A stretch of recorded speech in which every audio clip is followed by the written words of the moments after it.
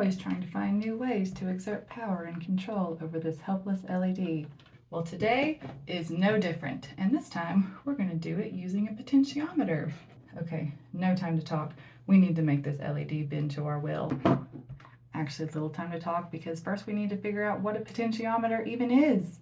Potentiometer is a type of variable resistor. So whereas a resistor has got a fixed resistance and it doesn't change, a variable resistor has got a single unit in the circuit where the resistance can be altered.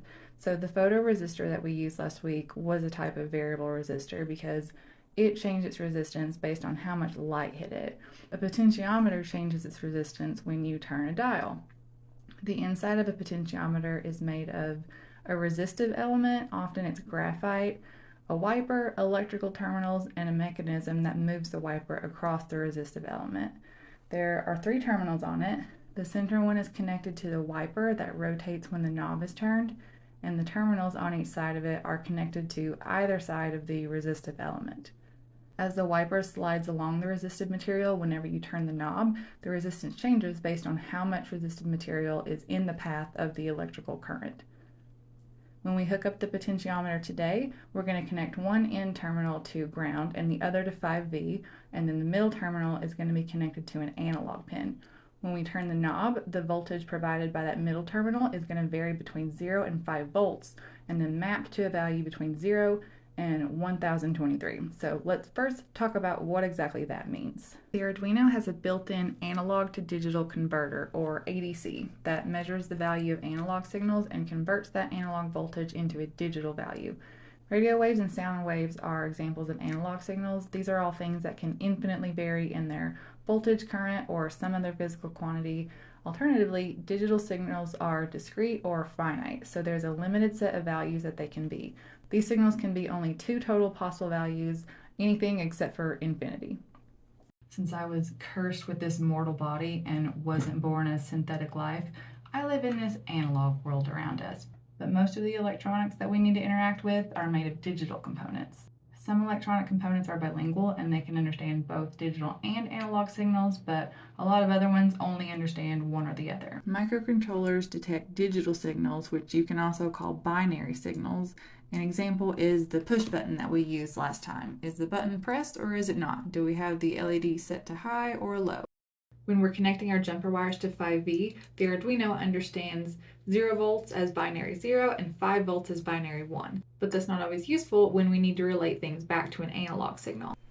Last time we connected the push button to a digital pin and the photoresistor to an analog pin. We did this because the push button is one of 2 values, pressed or not, and the photoresistor has an infinite number of values since it was dependent on how much light was hitting it. The potentiometer works the same way since it's a type of variable resistor. The way that we handle this is with the ADC. Analog to digital conversions are dependent on the ADC reference voltage and resolution, or bit number. The reference voltage is the maximum value that the ADC can convert. The resolution indicates the number of discrete values that can be produced over the range of analog values. You can find the resolution on the Arduino's datasheet, but the Uno has got a 10-bit ADC, so we can get a digital value anywhere between 0 and 1023 when we're connected to the 5V pin on the board. So let's relate this back to what I said earlier. When we turn the knob on the potentiometer, the voltage provided by that middle terminal is going to vary between 0 and 5 volts, and then be mapped to a value between 0 and 1023. So the terminal is reading the analog voltage provided by the potentiometer and then turning it into a digital value between 0 and 1023. 0 represents 0 volts and 1023 represents 5 volts. The Arduino does not have a built-in digital to analog converter, and we're going to need that in order for us to get this LED to do what we want today. Instead of a converter, the Arduino uses pulse width modulation, or PWM. This technique creates a signal switch between on and off. The on-off pattern simulates voltages by changing the portion of time that the signal spins on versus the portion of time that the signal spins off. The duration of the on time is called the pulse width. You can change or modulate the pulse width in order to get varying analog values. When we go from analog to digital, we're using those values between 0 to 1023. But when we write from digital to analog, it's going to be on a scale from 0 to 255. 255 is always on and 0 is always off. To get a better visualization of this, let's first just hook up the potentiometer and then read some raw data in just to see what it's doing. On the breadboard, go ahead and put the potentiometer in, and then the middle terminal is going to be connected to A0. The leftmost terminal is going to connect to ground, and then the rightmost terminal is going to connect to 5V. In the IDE, we're going to go straight to the void setup and just do serial.begin to set up the serial monitor. Under void loop, we're making that analog pin A0. Set this voltage calculation.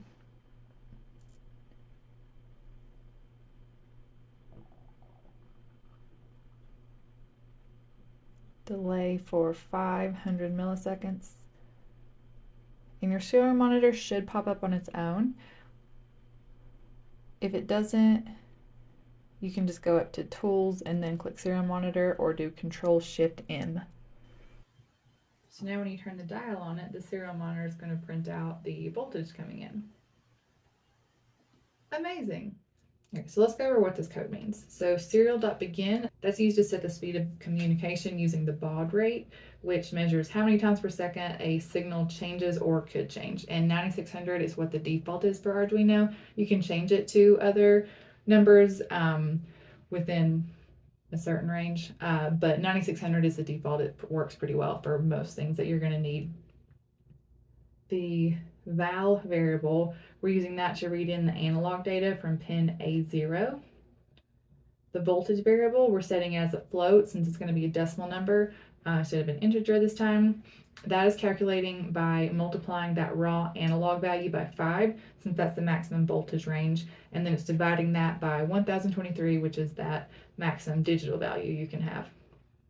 Serial.print is what's going to print out the voltage variable to the terminal, and serial.println or print line, that is printing out a space and then the word volts. And when we use print line instead of print, what that does is just on the next iteration of the loop, it's going to go to the next line, so you don't just have everything side by side.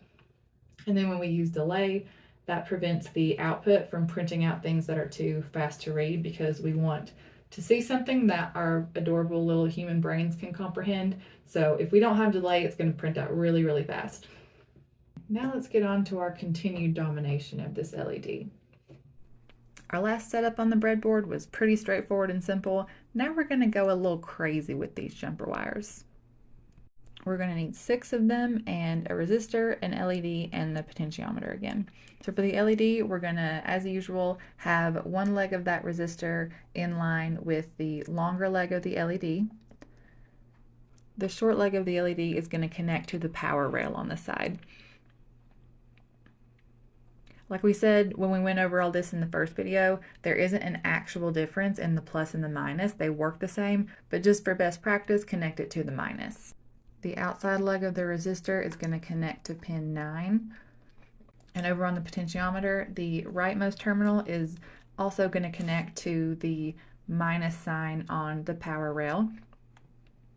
The middle terminal is going to connect to A0 on the analog side of the board, and the leftmost terminal is going to connect to 5V. We're going to have one more wire going from the minus side of the power rail over to ground.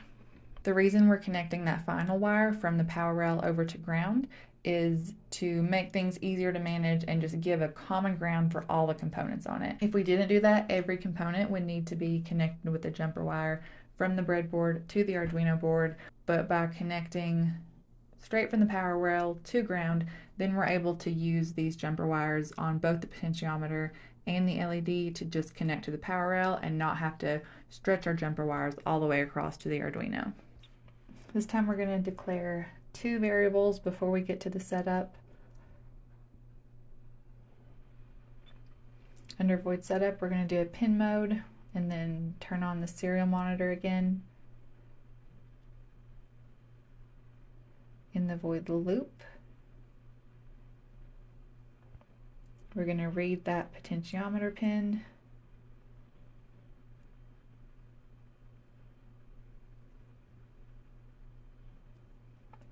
We're using another map function like we did with that photoresistor.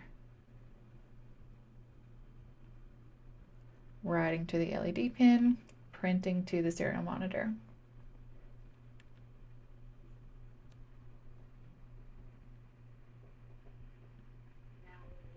Now when we turn this dial, our LED is both dimming on and off, and then you also can see on the serial monitor just how much is actually being sent to it. Okay, let's talk about this code. So starting off, we're already used to this, declaring two constant integers to set our LED pin to pin 9 and then the potentiometer pin to analog A0. Under our void setup, we're sending output to the LED pin, and then we're also setting up our serial monitor again so that we can view that output.